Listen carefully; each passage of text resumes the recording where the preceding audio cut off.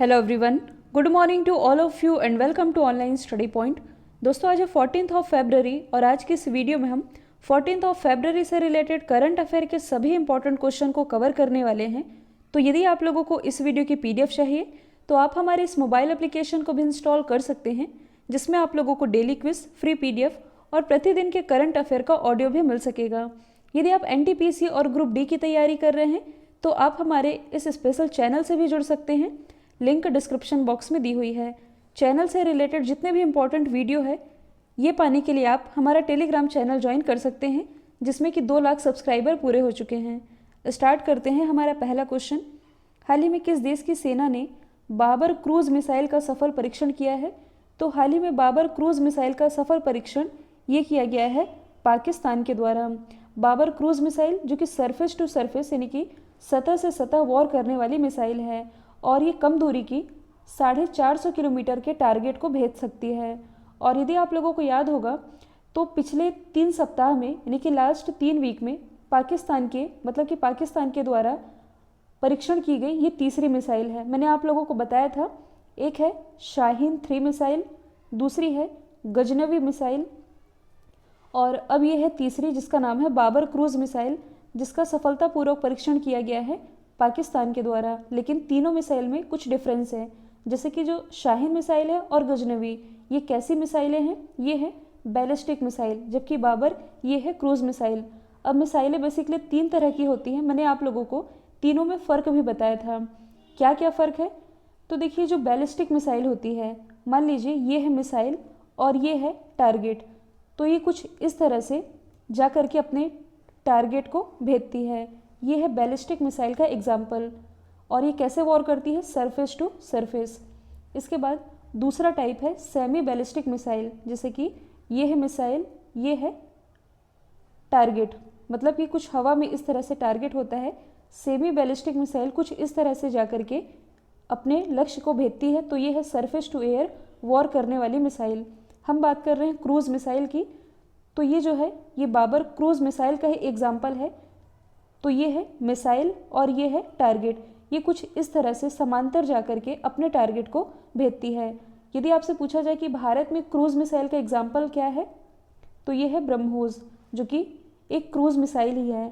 तो ये है बाबर मिसाइल, जिसका सफलतापूर्वक परीक्षण किया गया है पाकिस्तान के द्वारा। पाकिस्तान की यदि हम बात करें तो इसकी राजधानी है इस्लामाबाद। यहाँ के प्राइम मिनिस्टर है इमरान खान, प्रेसिडेंट है आरिफ अलवी। भारत और पाकिस्तान के बीच एक रेखा है जो कि दोनों को विभाजित करती है, इसका नाम है रेड क्लिफ रेखा। और जो सिंधु जल विवाद है ये भारत का पाकिस्तान के साथ ही है।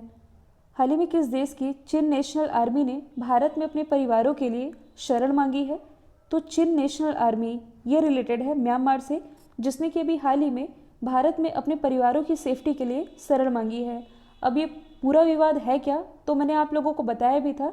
जैसा कि आप सभी जानते हैं कि म्यांमार में जो आंग सांग सूकी है, जिनकी इमेज आप देख भी रहे हैं, जो कि यहाँ की स्टेट काउंसलर है, इनकी जो पार्टी है नेशनल लीग फॉर डेमोक्रेसी, अभी जो चुनाव हुआ था इनकी पार्टी ने बहुमत से भी ज़्यादा वोट हासिल किए हैं और ये बात यहाँ की सेना को हजम नहीं हुई, जिसके बाद से यहाँ का आर्मी का शासन लगा हुआ है, मतलब कि यहाँ इमरजेंसी लगी हुई है।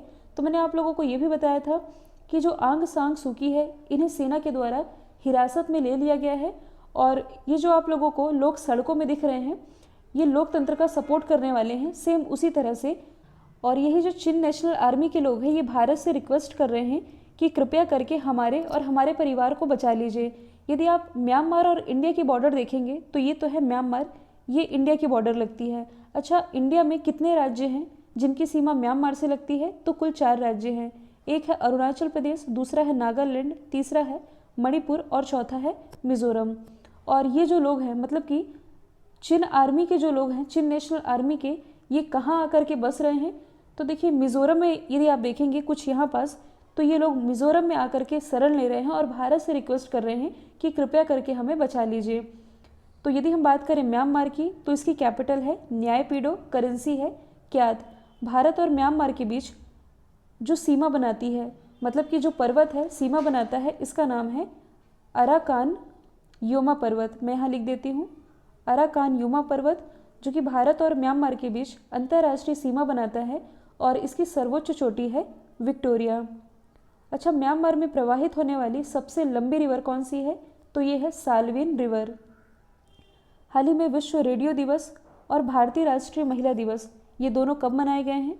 तो ये दोनों डे मनाए गए हैं 13 फरवरी को।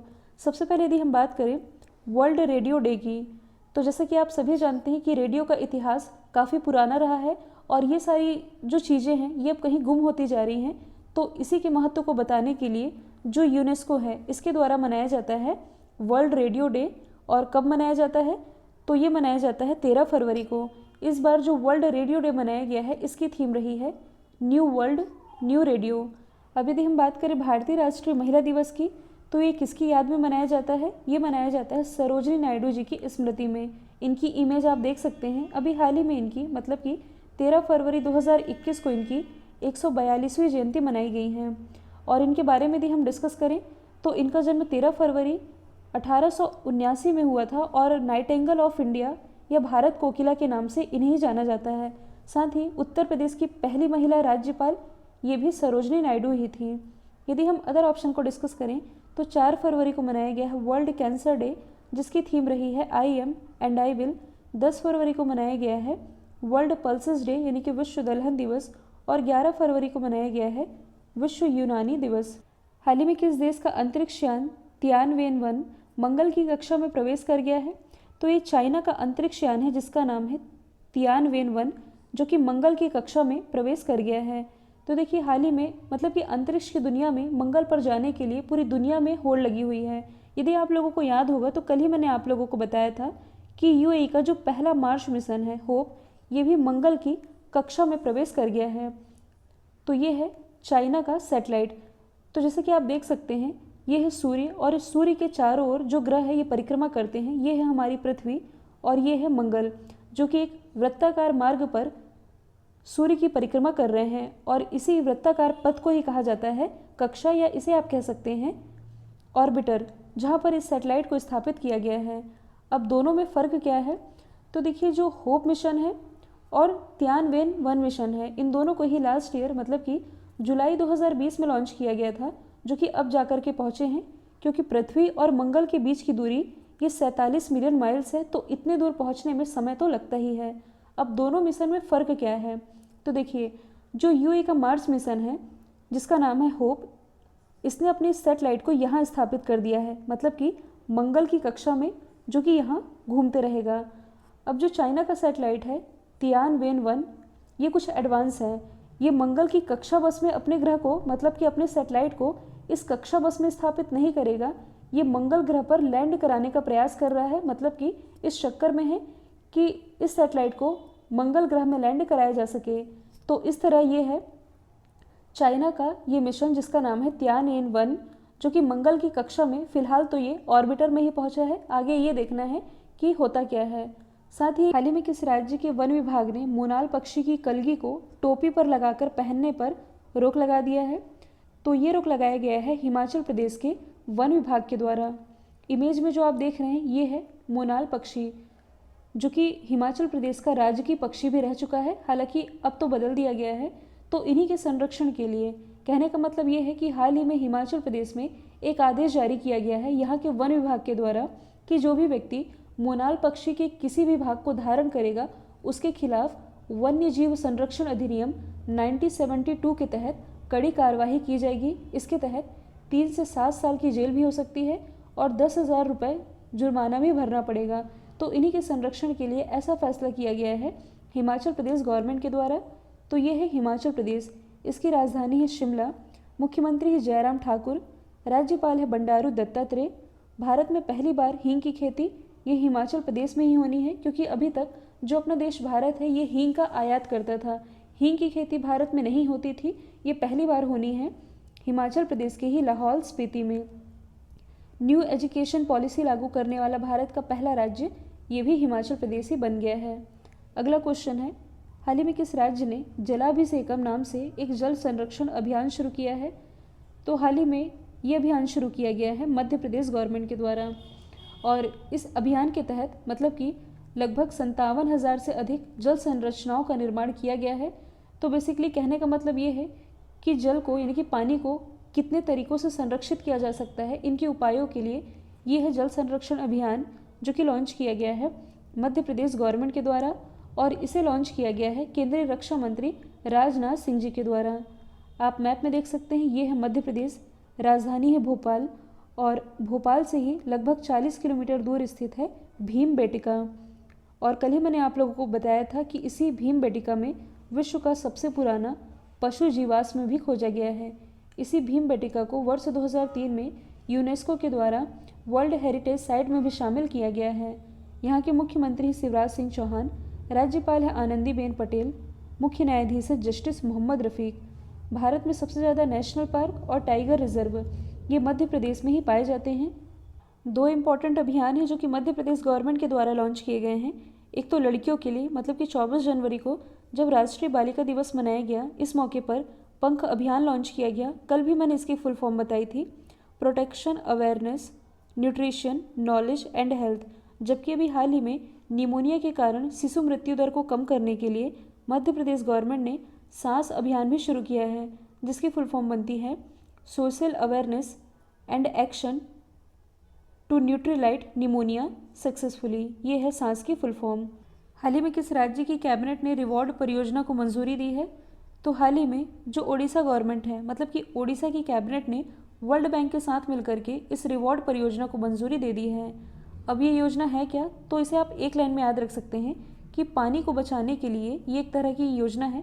कहने का मतलब ये है कि जब बारिश होती है तो जो पानी इकट्ठा होता है, मतलब कि वर्षा के जल को स्टोर करके उसे यूज़ करने योग्य बनाने के लिए हाल ही में ओडिशा गवर्नमेंट के द्वारा रिवॉर्ड परियोजना की शुरुआत की गई है।